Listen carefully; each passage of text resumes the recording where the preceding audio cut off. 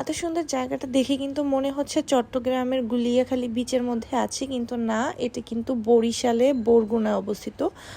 আসসালামু আলাইকুম and hello everyone, this is me Mariam Akter and welcome to my first blog. তো এটা বরিশালের বরগুনায় তালতলিতে নিদ্রার চর নামে পরিচিত।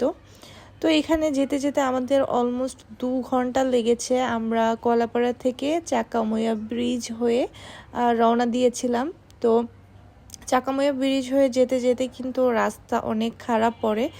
এর মধ্যে অনেক হাঁস ছিল রাস্তার মধ্যে, যারা আশেপাশে গ্রামের মানুষ হাঁসগুলো পালে।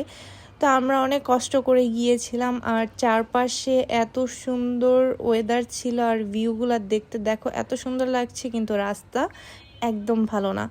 তো এই খারাপ রাস্তার জন্য কিন্তু যেতে অনেকটা সময় লেগেছে। তো যেতে যেতে আমরা নিদ্রার বাজারে যখন ঢুকবো এর আগে একটা জায়গা পড়ে, তো ওখানে আমরা কিছুক্ষণ দাঁড়ানোর পরে আবার এই যে দেখো নিদ্রা বাজারে এসে পৌঁছানোর পরে এখান থেকে অনেকটা পথ বৃষ্টি হওয়ার জন্য কাদা একদম ভর্তি ছিল। তো এই যে কাদা টাদা অনেকটা পার হয়ে নিদ্রার এই যে চরের এদিকে হাঁটছিলাম। তো এই তো ফাইনালি চরে আসার পরে চারদিকটা দেখে কিন্তু অনেক সুন্দর লেগেছে, কিন্তু এইখানে আসলে হয়তো বা অত ক্লিয়ার বোঝা যাচ্ছে না।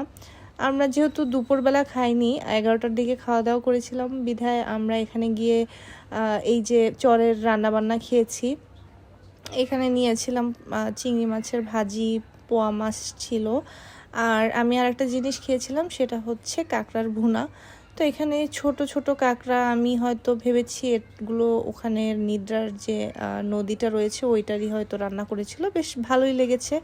তো এরপর কিছুটা একটু দৌড়াদৌড়ি করি, ঘোরাঘুরি করি, আর চারপাশটা দেখছিলাম, অনেক এনজয় করছিলাম। আমার কাছে তো অনেক ভালো লেগেছে।